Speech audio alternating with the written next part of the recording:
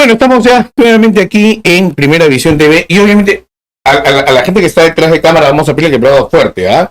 Un aplauso para mi querido, voy a tomarme el atrevimiento, mi querido amigo Javier Valdés, primer actor nacional, que vamos a pedir que cambien la cinta con el nombre, ¿no? Con eso. Ahí está. ¿Te han puesto ustedes? Ahí está. Primer actor nacional.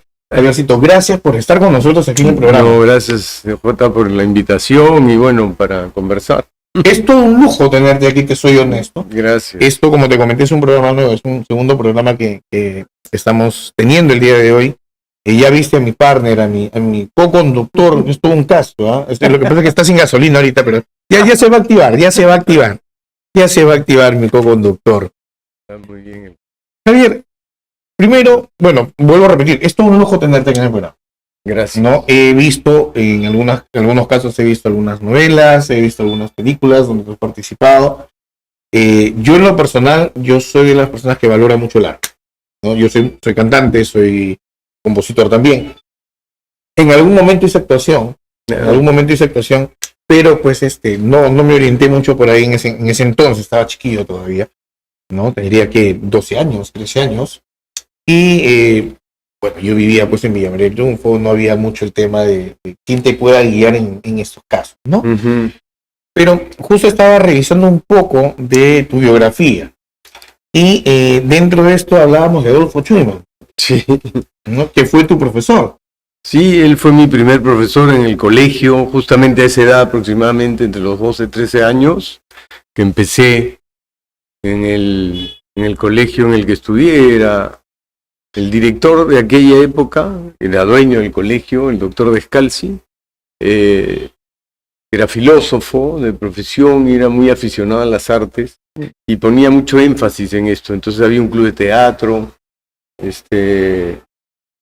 el maestro de pintura era un maestro pintor en realidad también, Miguel Ángel Cuadros, reconocidísimo, y Adolfo era nuestro maestro, nuestro profesor de teatro del club, ¿no? Y yo ahí a los 13 me metí al club de teatro del cole y bueno, empecé con Adolfo y tuve la suerte de que se fijara en mí, en lo que yo hacía, y me invitó a pasar un casting cuando yo tenía 16 años, Yeah. Para trabajar con Pepe Vilar, Mabel Duclos, Juan Bautista Font, Tito Salas, el mismo Adolfo, Ivonne Fraissinet, Mirna Bracamonte, era todo un elencazo y yo con 16 años. 16 años y Sí. ya estabas con Bueno, en ese momento ellos mi- eran la elite, claro, del mundo del arte, sí, ¿no? pues sí, eran, Vilar era la época del gobierno militar y Vilar tenía 2 programas de teatro para la televisión. Teatro como en el teatro, que eran comedias de Alfonso Paso, que eran los domingos, y el Gran Teatro Universal, que se daba los lunes, Que que teatro, eran obras más clásicas. que ¿no? teatro como el teatro pues, ya lo hace después con el tiempo riquitoso, ¿no? Teatro desde el Desde el teatro teatro. le pone, claro, Ricky Claro. le pone ese nombre y él hace eso también, que esto es una idea que surgió pues, de Pepe, ¿no? Y bueno, y trabajé en esa obra y fue así como ahí el darme cuenta de esto es lo que, Tu primera a aparición lo que me tengo que artística, dedicar. desde ese momento para adelante, tú has seguido en este mundo del arte. Sí, no, o sea, sí, por un lado, pero después terminé el colegio y mi viejo, preocupado porque su hijo sea profesional y de qué va a vivir si se dedicaba al teatro, nada, me sugirió seguir una carrera, ¿no? Entonces ingresé a la universidad, pero no la terminé. ¿En qué carrera? Ingresé a Economía a la Universidad de Lima y el primer ciclo fue espantoso, me revolcaron horrible.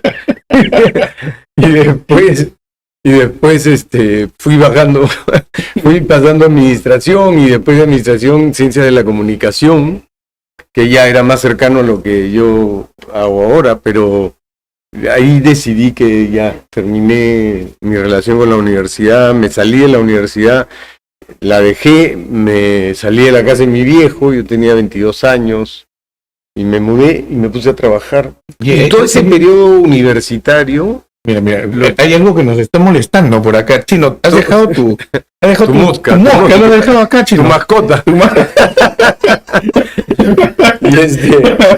Y toda la época universitaria bailé en la Asociación Artística y Cultural Jueves. Entonces, danzas folclóricas. Entonces eso o sea, por eso no paré de hacer arte, porque era parte también y fue como el inicio también de una formación, ¿no? Porque yo era muy deportista y tenía un físico de deportista, y nada, las danzas afroperuanas me sirvieron mucho para que ese físico se quebrara un poco. Ahora, lo que hoy en día, por ejemplo, hacen muchos sectores jóvenes, que es la impro, Sí. ¿no? Antes la formación era la danza, el canto, ¿no? O sea, era mucho más El complejo. esgrima. Así es. Justo, yo, por ejemplo, bueno, dentro de lo que es el mundo del arte, siempre he considerado, o siempre he mencionado, ¿no? O sea, no solamente vas a compararte en una cámara y tratar de crear un personaje, sino sentirte el personaje. Sí, bueno, a ver. Yo creo, no creo, sino bueno, ya en base a mi experiencia he ido definiendo el trabajo del actor como la construcción de los personajes, ¿no? Uno construye al personaje desde uno, porque el personaje per se no existe, ¿Ya? ¿no? No es que el personaje es, porque si no cualquier actor podría ser Claro. ese personaje, ¿no? Si fuese de una determinada manera, sino que cada actor le va a dar ciertas características, cierta personalidad también al personaje. No es lo mismo un Romeo de Leonardo DiCaprio, como yo siempre le digo a mis alumnos, que un Romeo de Leonardo DiCaprio hecho acá en Perú. Va a ser distinto, probablemente cada uno tenga algo que aportarle a ese personaje. Entonces, uno lo va construyendo a partir de la investigación de lo que está pasando, porque el texto nos brinda lo que decimos, lo que hacemos, ¿no? Los objetos que puedan haber, que tú puedas necesitar, pero lo que te pasa a ti, lo que le pasa al otro, ¿no? Y lo que pasa en esas circunstancias determinadas, eso no te da el texto, eso lo construye el actor. Lo construyes, ¿no? A partir de lo que te está pasando desde la verdad, ¿no? O con verdad. Entonces yo pongo todo mi ser al servicio de lo que esté pasando en ese momento. Yo planifico, o sea, tú planificas tu día, ¿sí lo planificas? Claro, ¿Sí? me organizo. Te organizas. Así es. Ya, una vez que lo organizaste, tienes tu agenda, apuntas hoy, Claro. ya, perfecto. Ocurre, Okay. ¿no? Tal cual lo has organizado, ¿te ocurren las cosas así, planificadas? No, no es cierto. No, siempre hay algo que varía. Exacto. Es exactamente eso. Te das cuenta, es como la vida misma. Yo puedo organizar, planificar, hacer esto, lo otro, pero yo no sé lo que va a pasar, ¿no? Hoy día habíamos quedado 1 hora y nos olvidamos que había PEC. Entonces el tráfico era terrible y entonces he llegado con 10 minutos de retraso porque no calculé eso, ¿no? Claro. Y yo me dije, tengo la entrevista, salgo a tal hora, calculando el tiempo, puse mi Waze, perfecto, si llego. Claro, anoche el Waze, la carretera estaba libre, ¿no? Pero y ahora había este caso. Claro, entonces pasan cosas, siempre pasan cosas, y esas cosas que pasan nos modifican el temperamento, el carácter, Y tienes el que comportamiento, ¿no? el comportamiento, y lo que vas a hacer es reaccionar a eso. Claro. Más que adaptar, bueno, te vas adaptando a las circunstancias del momento y reaccionas a eso, ¿no? Ahora, O sea, hoy día tenemos la entrevista y no sabíamos que iba a haber esta mosca del chino. O sea, el chino ha dejado su mosca. Yo no parecía esa mosca, chino. De verdad, has dejado tu mosca acá, chino. Sí, has dejado tu hurón. De verdad, o sea, qué vergüenza. Nunca nos ha pasado que cuando el chino viene, nos deja acá su hurón. ¿Te das cuenta? Y así es como se va construyendo no solo la historia, sino los personajes, ¿no? Cada personaje, cada actor va construyendo al personaje desde sí, aportándole ciertas cosas, hay información en el texto que te va dando características, evidentemente, Claro. y que uno va a ir también investigando y explorando y mirando, ¿no? O sea, hay cosas que sí, tú vas a recoger del texto y eso es lo que vas a empezar a trabajar, a investigar en ti, ¿no? Pero es desde ti, tú eres el personaje no es algo que está por ahí vagando Sale de ti. y que me lo voy a poner, ¿no? Claro. O que me va a poseer el personaje. No, el personaje lo construyo desde mí. Mira. Tu primera aparición artística fue con Mabel Duclos. ¿O estoy equivocado? No, sí, o sea, digamos, en un elenco profesional, Mabel fue mi madre en esa obra que te conté, ¿no? El chico de los Winslow, donde estaba Pepe Vilar, Mabel, que era mi mamá, Juan Bautista Fonder el papá, y estaba Ivonne, estaba Adolfo, Tito Salas, un elencazo, ¿no? Y yo. No, yo, por ejemplo, he revisado, estaba viendo algunas series, algunas películas ahora. Sí. Ayer también estuve viendo un poco de internet y, por ejemplo, haces una con el chino Miyashiro. Con Aldo, sí, ¿No? la última obra que hemos Claro, que entonces de chef, creo, ¿no? Uh-huh. ¿Misterios del mar, es? No, se llama La costumbre del mar. La costumbre del mar. De Jorge Robinet. En donde tú, por ejemplo, en una toma, estás con un cuchillo en la mano, sí, ¿no? Y tus facciones cambian completamente. Completamente. Por ejemplo, te he visto hacer papel de papá, te he visto hacer papel de abogado, te he visto hacer ahora con este papel de chef, te he visto hacer el papel de malo también. ¿Es difícil hacer el papel de malo en una serie, una película? No sé eso.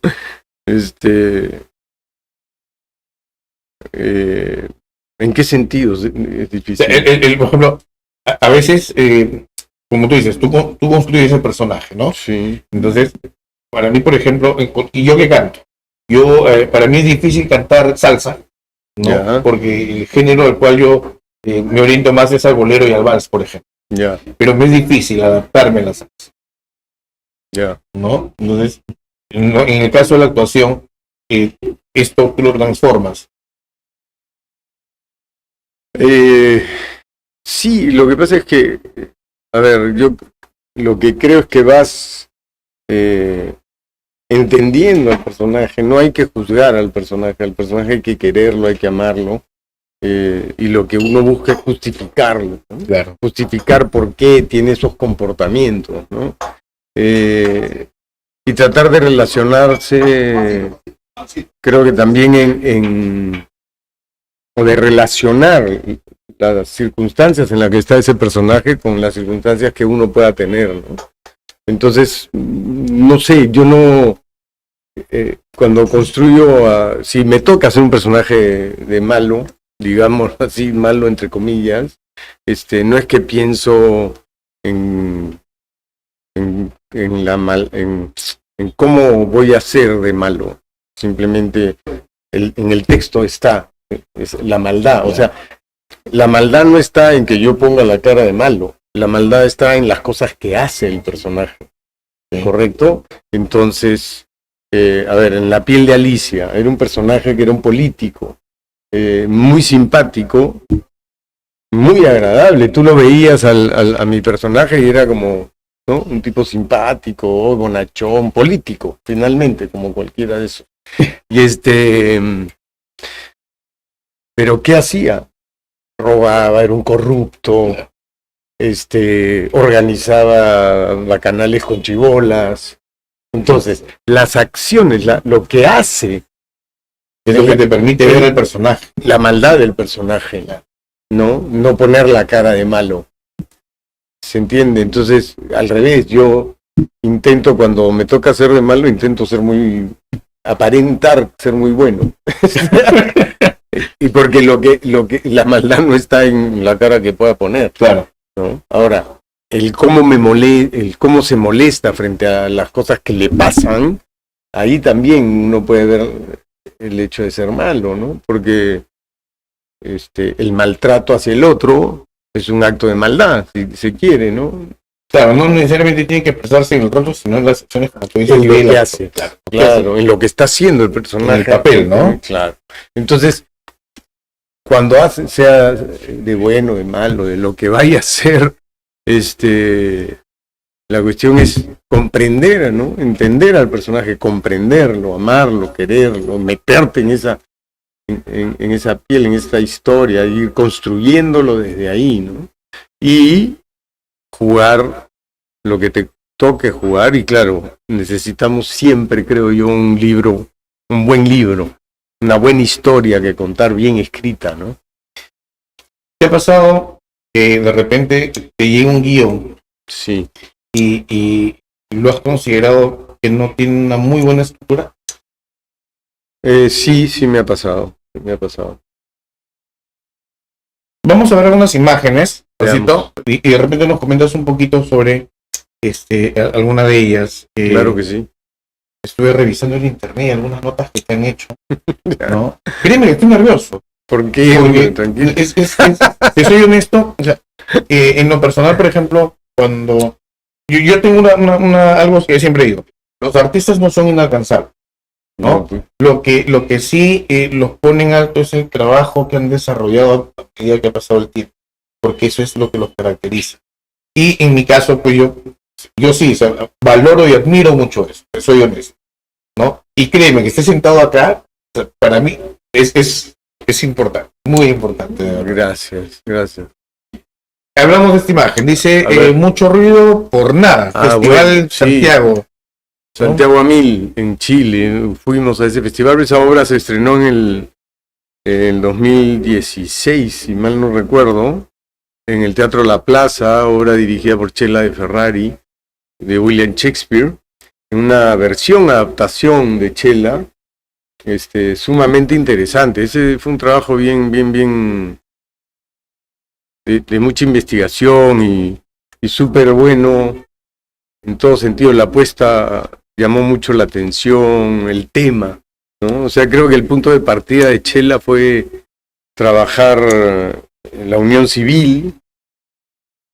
Ese era el punto de partida. Ella quería trabajar en la unión civil y quería hacer un Shakespeare.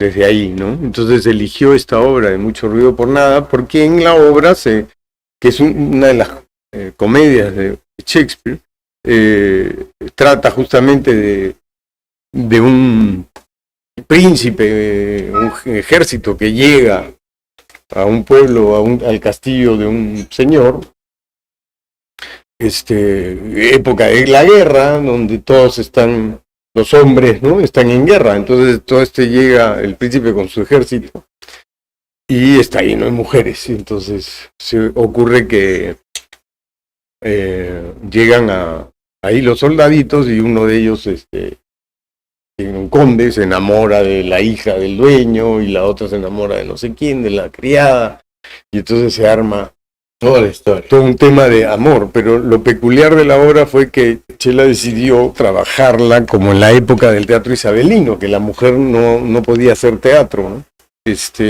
Todos los personajes eran representados por hombres en esa época. Y entonces por eso éramos 14 hombres, actores hombres en escena, aunque había personajes femeninos que eran interpretados por hombres, ¿no? Como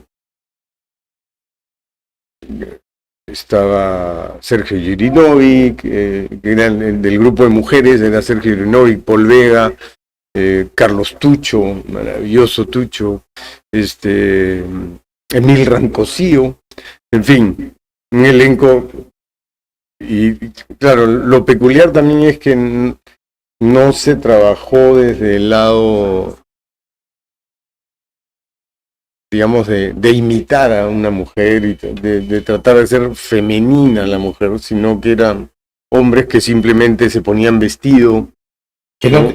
en O sea, que el indumento era lo que lo caracterizaba, porque, más por ejemplo, no lo representaba. claro, porque Carlos Tucho tenía una barbaza en esa época y salía con su barba, ¿no? O sea, no era algo que, pero lo que la identificaba era el vestido.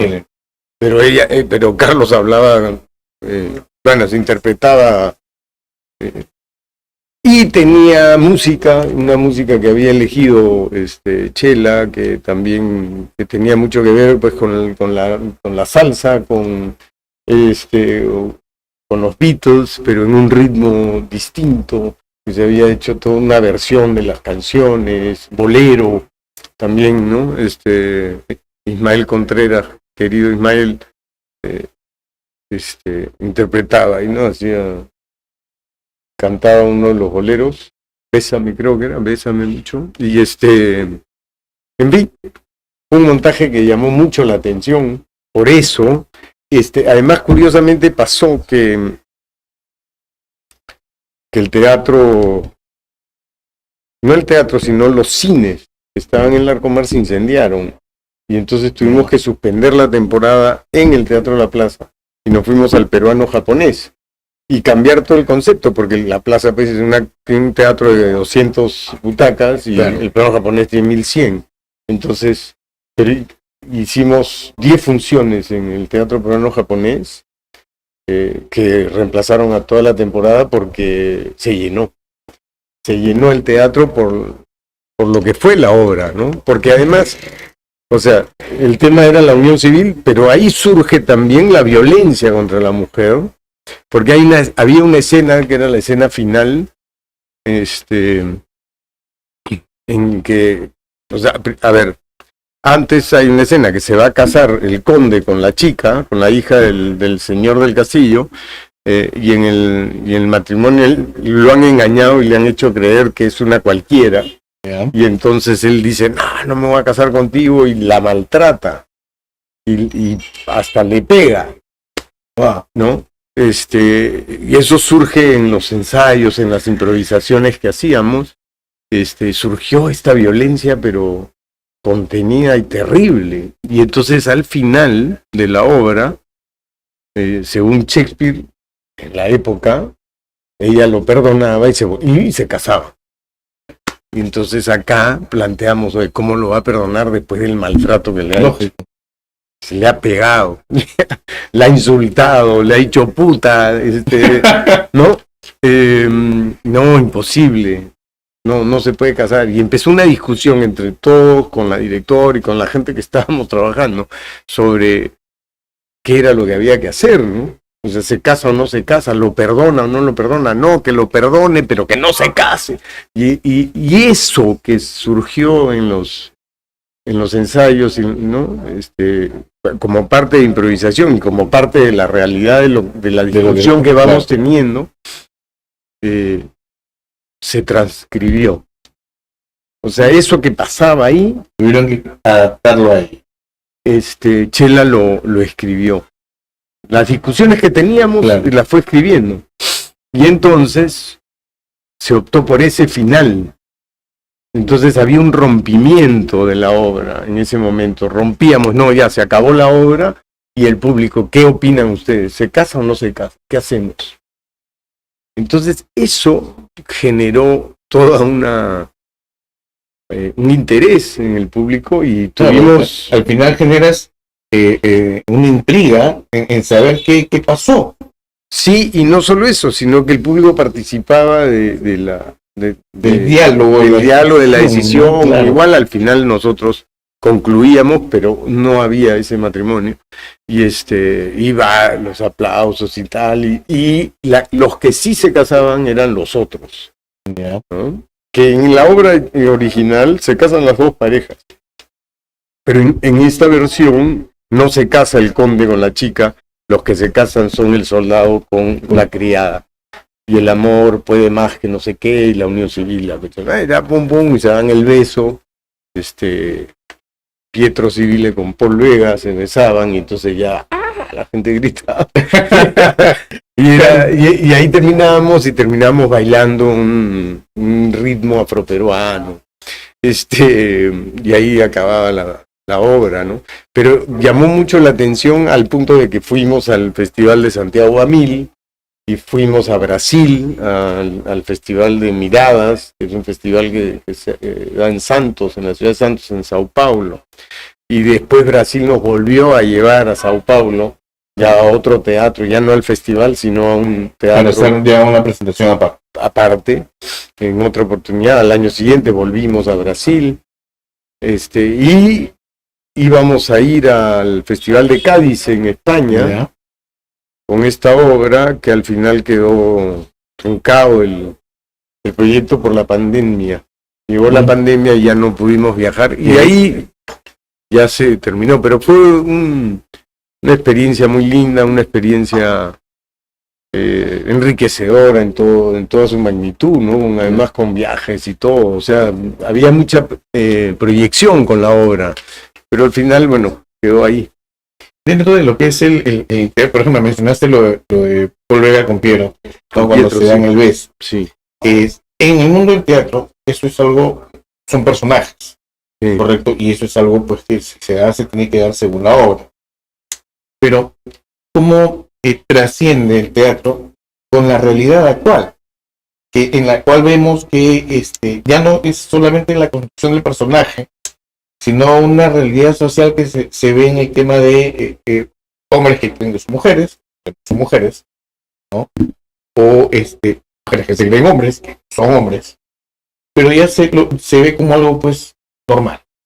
¿Cómo trasciende? ¿Cómo evoluciona el teatro en ello? ¿O es que gracias a estos personajes es que simplemente se toma de una manera natural? A ver, yo creo que en la historia de la humanidad eso va cambiando, ¿no? Me parece que las sociedades van poniendo sus parámetros y van poniendo sus reglas y sus normas sobre lo que es normal y no es normal, sobre lo que está permitido y lo que no está permitido. Pero eso se va modificando en la historia, ¿no? Permanentemente se ha ido modificando. O sea, aquí en nuestro país, por ejemplo, recién en los años 60, la mujer vota. Antes no votaba.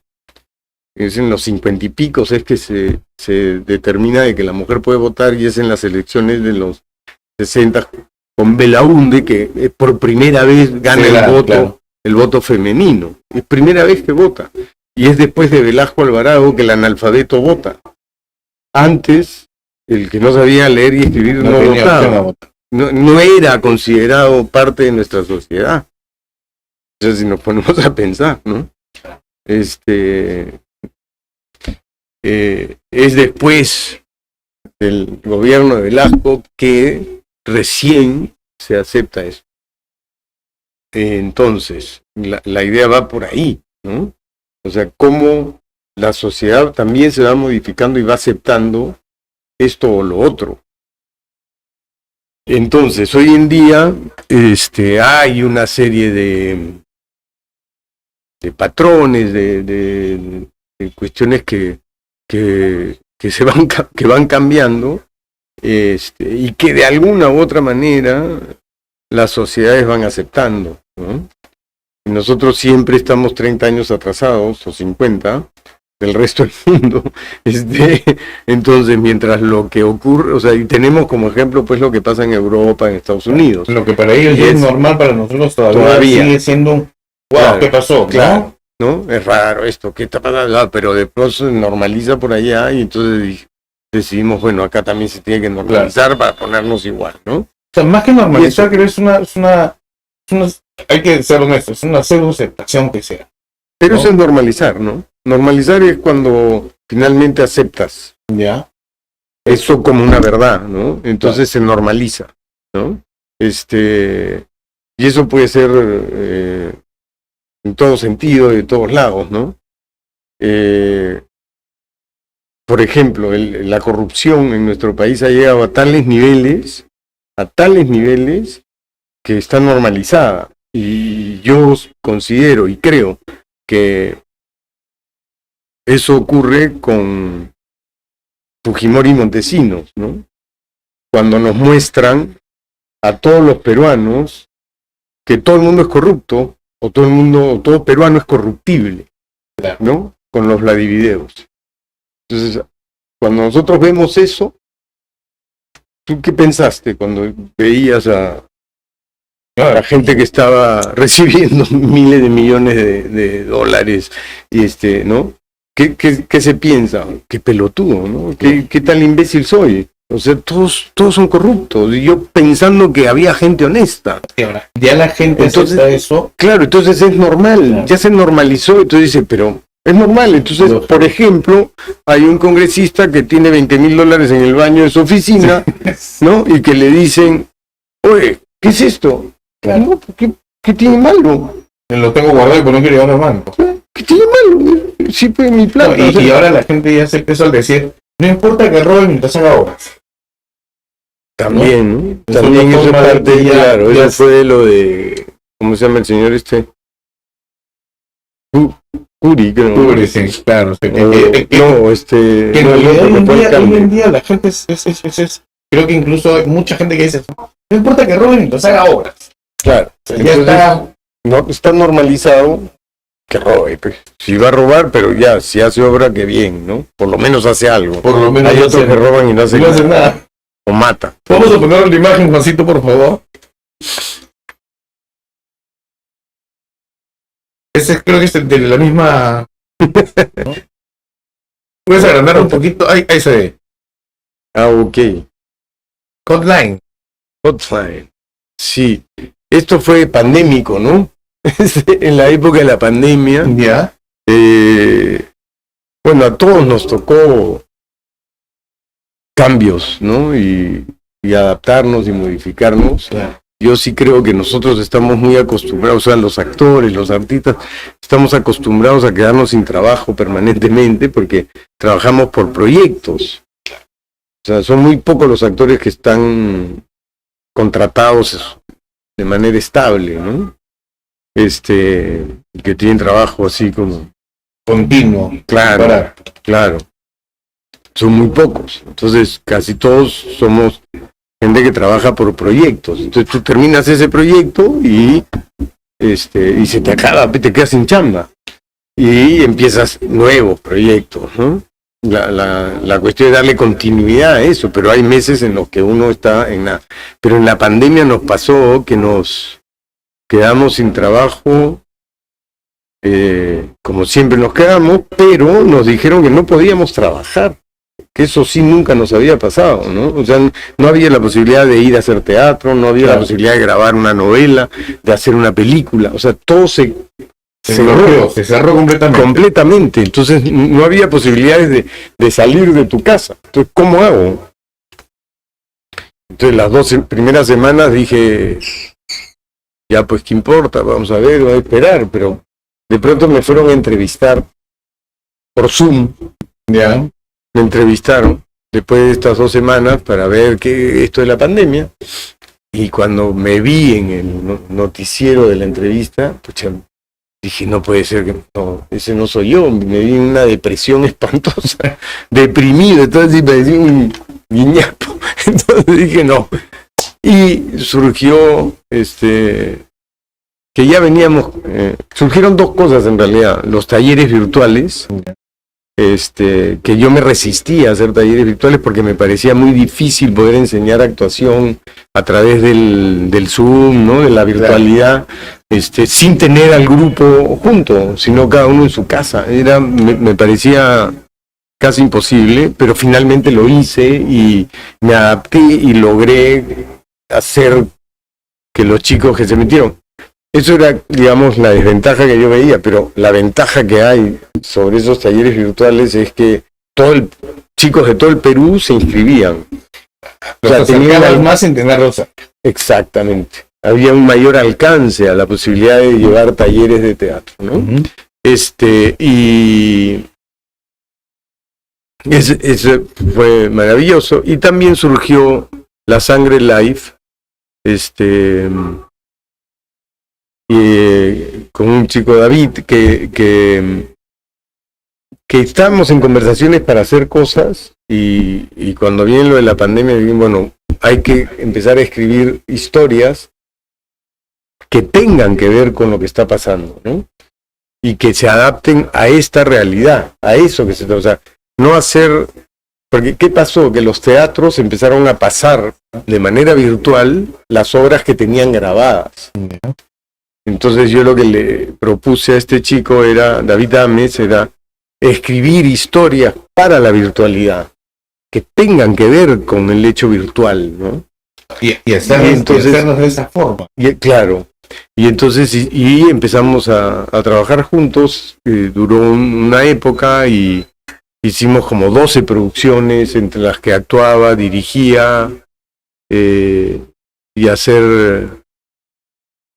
Sí, yo estuve en la serie Calígula.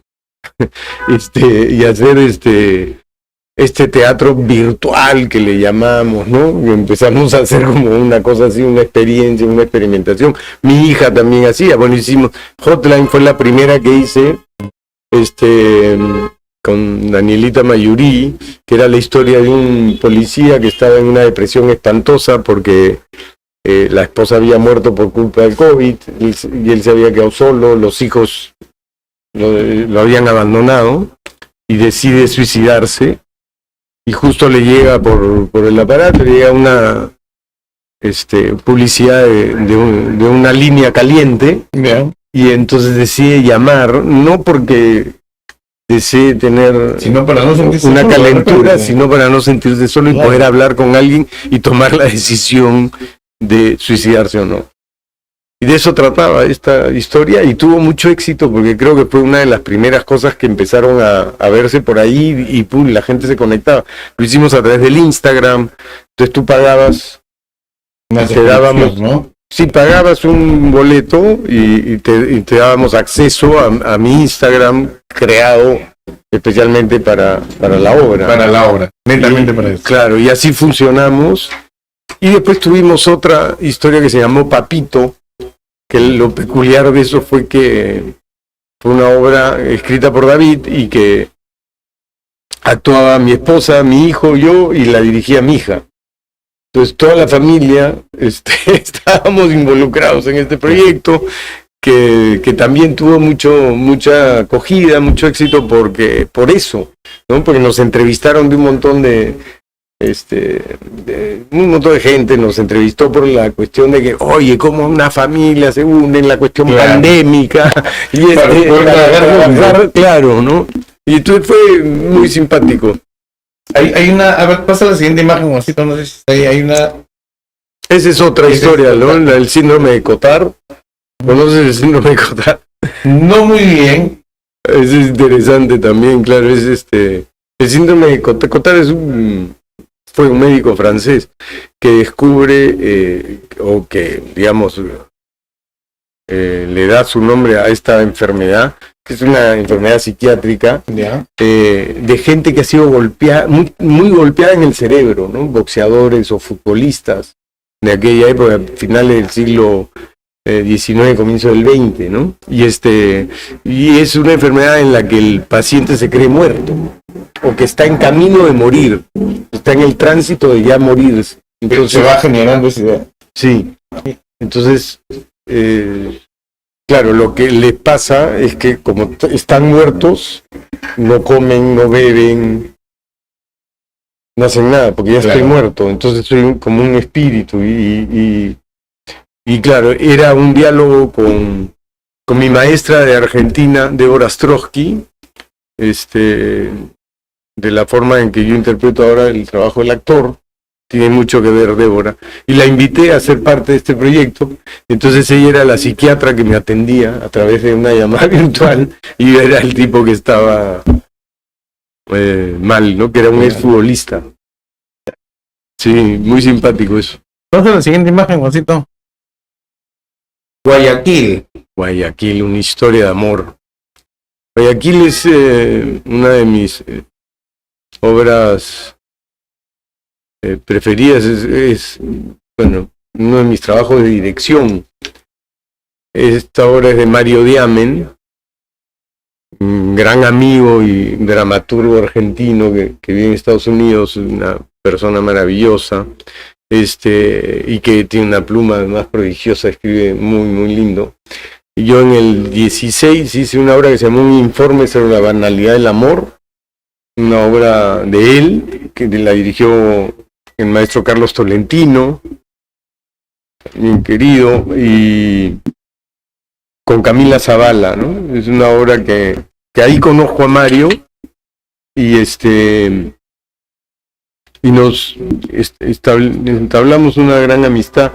Ya he hecho 4 obras de él. La última que he hecho ha sido Pequeñas Infidelidades, que es una obra de él ha hecho, que es el regreso.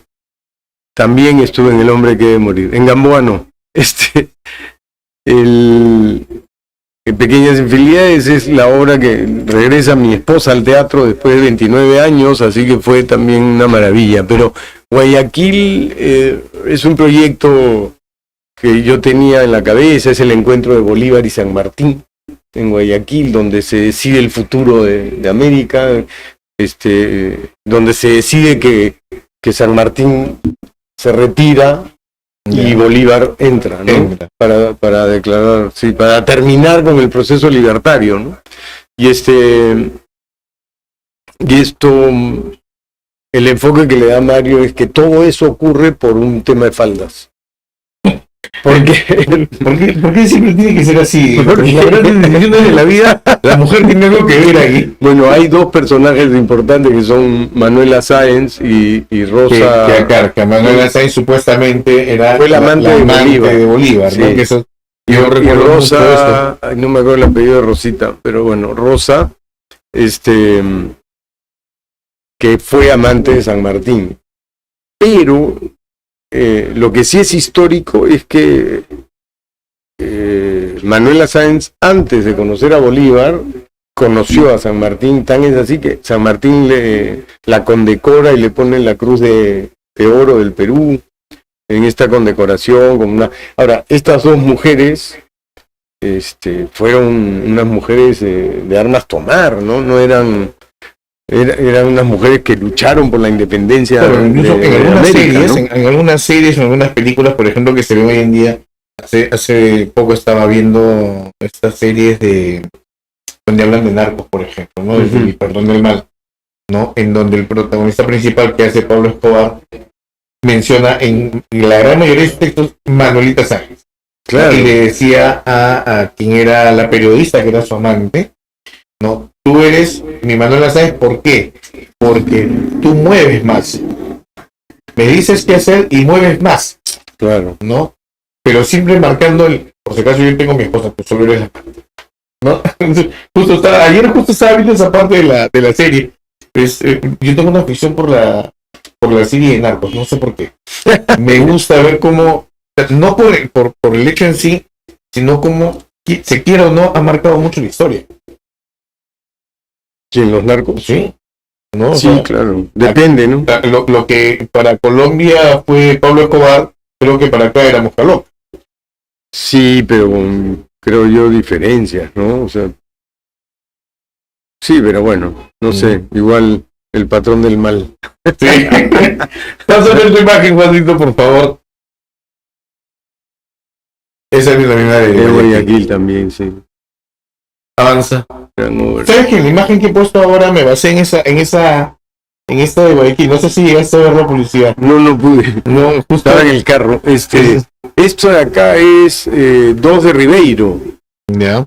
2 de Ribeiro es un proyecto de Sandra Bernasconi y Alberto Isola, ¿no? Y con Roberto Ruiz, nosotros 3 actuábamos y Alberto dirigió el proyecto en el Teatro de Lucía, y contábamos 2 historias. O sea, Ribeiro tiene obras cortas, obras de teatro largas como Santiago el Pajarero, Atusparia, y Los Caracoles, me parece que es una obra también no corta sino más larga, y después tiene varias obritas cortas.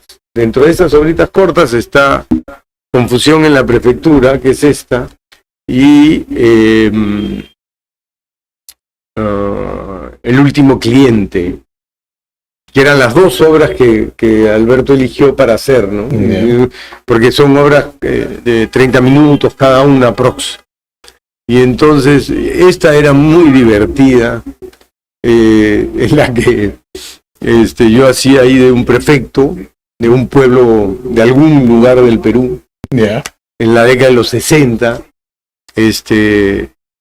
Sandra era la alcaldesa y Roberto hacía de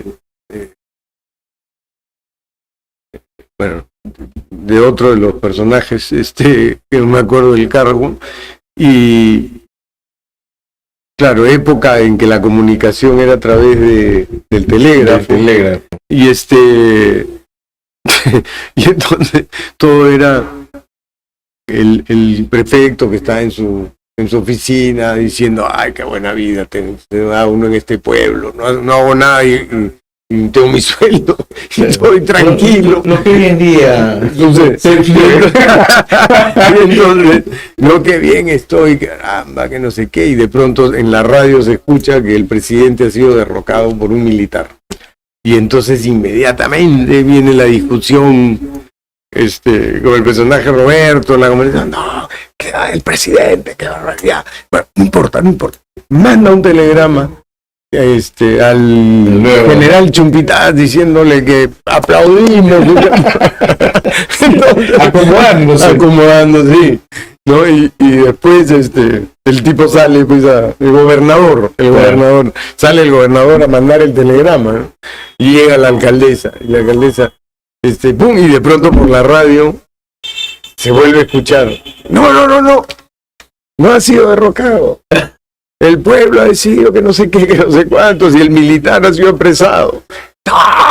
¡Vaya a buscarlo, que no mande el telegrama! Y ya mató una confusión de la patada entre que fue derrocado, no fue derrocado, cambiaron de presidente, no cambiaron de presidente. Y era de una actualidad esta cosa, pero brutal, ¿no? Y muy graciosa, muy bien escrita, la pluma de Ribeiro es maravillosa, ¿no? Josito, ¿qué imagen tienes, por favor? Muy divertida, tenemos ahí no, está pensada en pequeñas infidelidades, probablemente. Esto es Tiempos Mejores, que ahorita está en cartelera, dicho sea de paso, en el Teatro Segura, me parece, en el centro, o en la Sala Alceo, no sé en cuál, pero han hecho una reposición con un cambio de actores. Pero esta es una obra de Mijail Page, de La Ira Producciones, además, que él es el productor y director de La Ira, y que estuvimos Denis Dibós, Marito, con Mario y con Alicia Mercado, y con Denis, ya la dije, ¿no? Denis Dibós, los cuatro, que es una historia también pandémica, es una historia que se hizo en la época de la pandemia, porque es una familia limeña, que cada uno está en un lugar distinto, ¿no? El hijo vivía en Londres, la hija en Estados Unidos, y los papás en Lima, pero se acaban de separar, claro.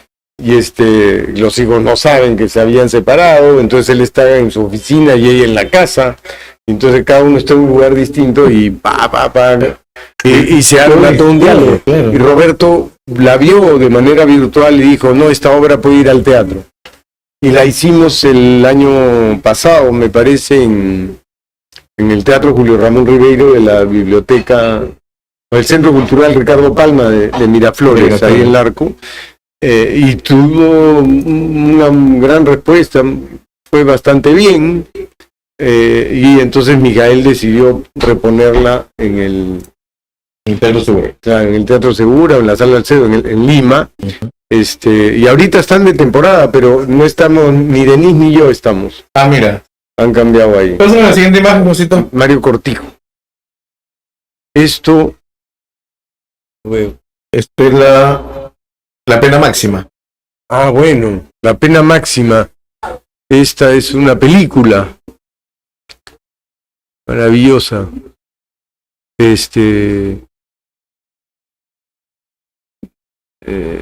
Dirigida por Michelle Gómez, y es basada en el libro de caramba.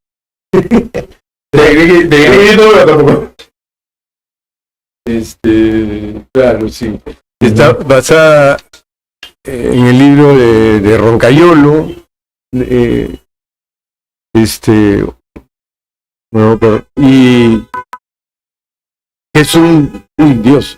es un gran libro, una novela maravillosa, junto con Abril Rojo, La Pena Máxima, y acaba de estrenar otra. Y bueno, es una historia de la época del gobierno militar, pero de la segunda parte del gobierno militar, cuando ya estaba Morales Bermúdez.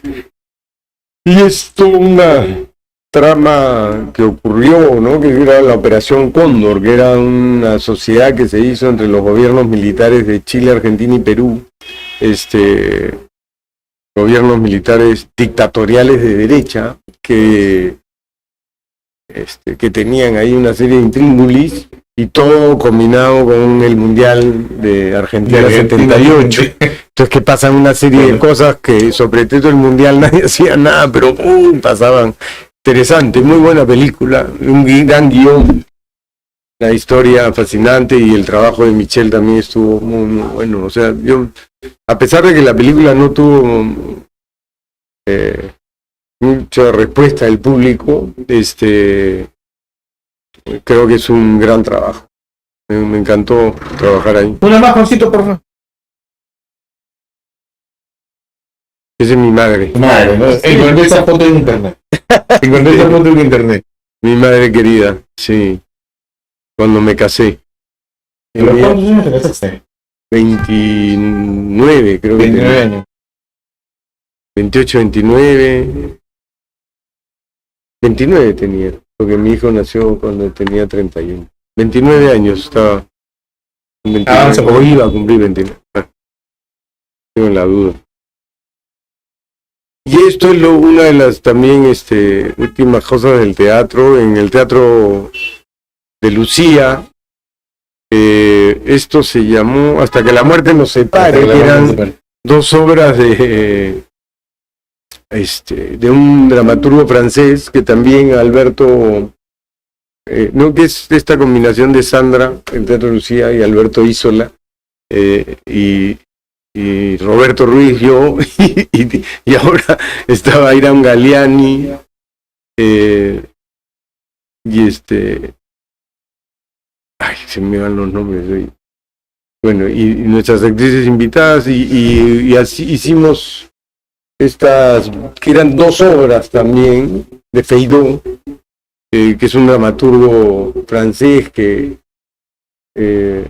en un principio fue como menospreciado, porque era como padre del vodevil, ¿no? Escribía mucho vodevil, este autor francés, y entonces era como escribir cosas menores. ¿Ya? Pero que recién en 1941 en la Comédie Francesa lo ponen en escena, ¿no? Con estas obras como La pulga en la oreja y estas de acá que hicimos nosotros, que eran dos obras más cortas, pero el espectáculo duraba cerca de hora y media, hora y 45 minutos, con las dos obras que hacíamos, y hacíamos dos personajes. Esta era una de las obras y ese era uno de mis personajes, y yo después ya tenía otro personaje, otra historia con Sandra. Pero fue también estas experiencias que con Alberto siempre es un placer, y bueno, y con Sandra y con todo el elenco, trabajar, ¿no? Dentro de lo que es el teatro, dentro de lo que es hacer, bueno, en algún momento tengo que hacer teatro, antes de irme tengo que hacer teatro en algún momento, Ya. Antes de inhabilitarme, como se dice, tengo que hacer teatro. No, antes de pasar a la otra dimensión. No, antes de inhabilitarme, porque ya me han dicho que poco tiempo, no, yo no voy a poder. Y entonces tengo que adelantar eso. Antes tengo que hacer teatro. He hecho teatro desde muy pequeño. No, como digo, ya no lo pude hacer después, no continué. Pero siempre he estado ligado al mundo del arte, ¿no? Siempre, de alguna forma he estado ligado al mundo del arte. Como marquetero me ha tocado tener mucho tipo de actuaciones, ¿no?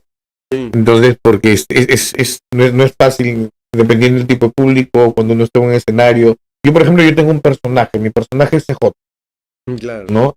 siempre es el personaje que no tiene dolor, nada le molesta, siempre sonríe, siempre tiene una solución, siempre está creando cosas. El principal, que es Christian, él se está guardadito para después de... Pero en algún momento tengo que hacer teatro. Tengo que volver a hacer al menos como para ya decir, bueno, me di el gusto ¿no? y listo. Pero vamos a ver qué sale. Hoy en día vemos a mucha gente que ve el tema de la actuación, no como se debiera, ¿no? Cómo ha variado mucho, ¿no? O sea, entre lo que es ahora, por ejemplo, esto que le llaman comedia, a lo que realmente era comedia, que es muy distinto, ¿no? Como tú mencionabas en un principio, Alex Valle, Adolfo Chuiman, era comedia, ¿no? Te hacía reír, te divertías, esperabas a ver eso para reír, y no necesitabas tanto argumento grotesco, por ejemplo. Hoy en día esto ha variado mucho. ¿Cómo calificas tú esta comedia?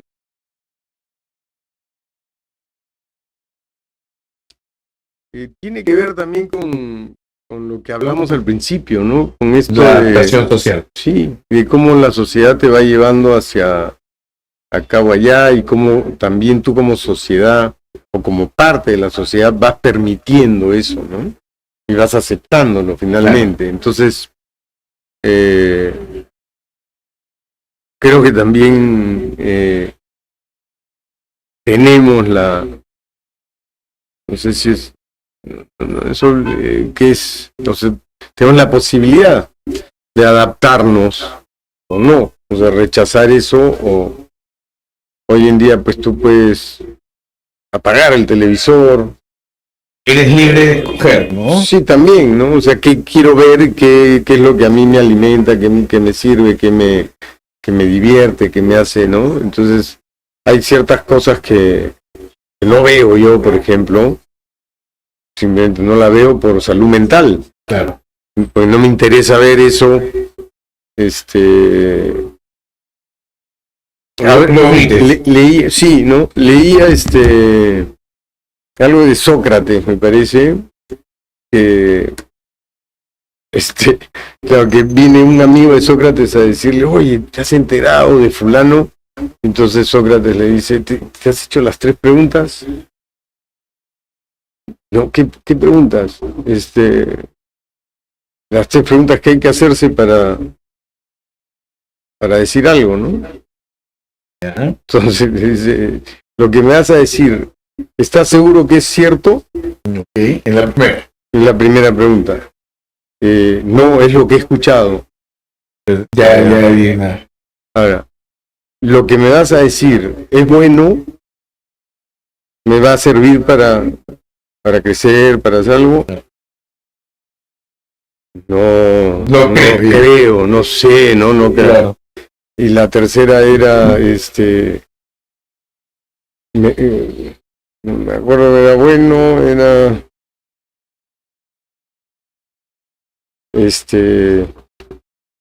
claro, si era, no, la segunda creo que era lo que me vas a decir, ¿es bueno o malo de parte de la persona de la que me vas a hablar? ¿Vas a hablar bien o mal de la persona? Claro, ¿no? Entonces era eso. Entonces no, es terrible. Ya. Y eso que me vas a decir, ¿me va a servir? Era la tercera pregunta, ¿no? ¿Para qué me la dices? ¿Para qué me la dices? Claro, ¿para qué? Entonces, creo que esa idea es la que hay que manejar. Entonces, frente a estas posibilidades de cosas que hay hoy en día, tú decides pues ir a ver una comedia como Hasta que la muerte nos separe, ¿no? O Dos de Ribeiro, o te vas al teatro, ves una comedia, te diviertes, te entretienes y reflexionas y piensas sobre lo que te pasa, o te pones a ver, claro, huevadas. Eso es cierto. Como que dicen, bueno, hay público para sí, pues, ¿no? Hay gente que engancha más en eso y sí, bacán, y yo respeto las decisiones de la persona. Yo me rehuso, por ejemplo, a eso, ¿no? Si te das cuenta, yo me rehuso, como que me suelto un poco como el chino, pero es que da ganas de debatirlo el chino, Como que me suelto un poco, pero me rehuso todavía. La lamentablemente uno tiene que Pero acomodarse. ahí, claro, nos vamos adaptando. Así es. ¿Qué se viene en este caso, Javier, ya dentro de los proyectos que tienes, que ahorita estás en plena grabación? Pero ¿qué se viene más adelante? Bueno, acá hay algo importante que es Moliente TV. Moliente TV es el último emprendimiento de Javier Valdés y de Martín Martínez y del Mono Mesía, que somos tres grandes amigos, que una vez más nos quedamos sin trabajo y decidimos emprender, ¿no? este proyecto de Moliente TV, que es hacer crítica social, compartir pequeñas escenas, ¿no? Sí, del humor, ¿no? De la sátira, de la ironía, del humor negro, y jugar mucho con eso, pero siempre criticándonos, hablando de nosotros como sociedad, ¿no? Entonces, y está teniendo buenos resultados. Estamos hace 5 meses con este proyecto, ya tenemos como 24 historias que han salido, salimos una vez a la semana, y ha habido gran respuesta. Tenemos 2 de las historias han sobrepasado el 1.000.000 de vistas. En TikTok tenemos 107.000 seguidores. En YouTube hemos llegado a las 10K. En YouTube hemos llegado a los 10K, que era lo que necesitábamos, claro. Y esperamos seguir creciendo gracias a todo el público que nos está viendo. Y en Instagram igual, estamos también por ahí. Entonces, bueno, al principio salíamos en todas las redes, ahora estamos como posteando en Instagram y en TikTok los avances, para que vayan a YouTube, se suscriban, pongan la campanita y podamos seguir creciendo. Emoliente TV. Emoliente TV. Emoliente TV. Y nada, creo que se van a divertir, van a pensar, van a reflexionar, porque muchas de las historias que también contamos tienen que ver con lo que nos está pasando hoy en día, ¿no? Por ejemplo, Dina salió con lo de los relojes Rolex, y entonces sacamos una historia que tenía que ver con eso. Después siempre nos preguntábamos sobre los privilegios, ¿no? Tienes que sacar una del ministro, ¿verdad? O sea, la cantidad de muertos no tiene nada que ver con la mejoría que estamos dando. No, eso sí tienes que decirlo. De todas maneras, claro, ese tipo de frases que a veces los condenan a esta gente, ¿no? Porque hacen una barbaridad, ¿no? No saben lo que dicen. Entonces nosotros captamos esas cosas y inmediatamente las escribimos. Y ahí estamos. Eso es un gran avance. Bueno, y el último proyecto en el que estoy es Pobre Novio, la nueva telenovela que va a sacar Latina. Me identifico con el nombre. Me identifico con el nombre definitivamente. Creo que es un proyecto. Latina está apostando por la ficción. Esta es la tercera producción que hace, y que y realmente yo estoy muy contento con el trabajo. Y he hecho una alianza estratégica con Mega TV Chile, y con Chasqui Producciones. Entonces, nada, estas 3 empresas se han unido para hacer algo grande. Para hacer cosas grandes y para llegar a producir acá para afuera, ¿no? Entonces eso creo que está bastante interesante. Estamos muy contentos con los resultados, con lo que venimos haciendo. Ya tenemos 5 semanas grabando. Salimos al aire pronto. Y pues nada. Me imagino van a hacer la conferencia, ahí vamos a estar metidos seguramente. Seguro que tenemos sí. Que estar el Yo te aviso. Esta ventana, pero me quieres, de verdad, yo soy admirador de lo que haces. Vuelvo a repetirte, yo no creo que los actores en estrellas que estén lejos, no, que yo admiro su trabajo y admiro mucho tu trabajo. Tenerte aquí es un lujo para mí, que soy honesto.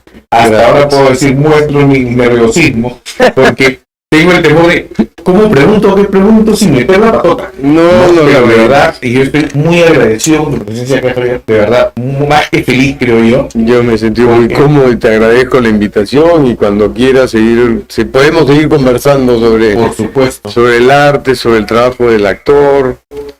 en fin, todo lo que hacemos. Pues. Muy agradecido de verdad, Javier, lo máximo.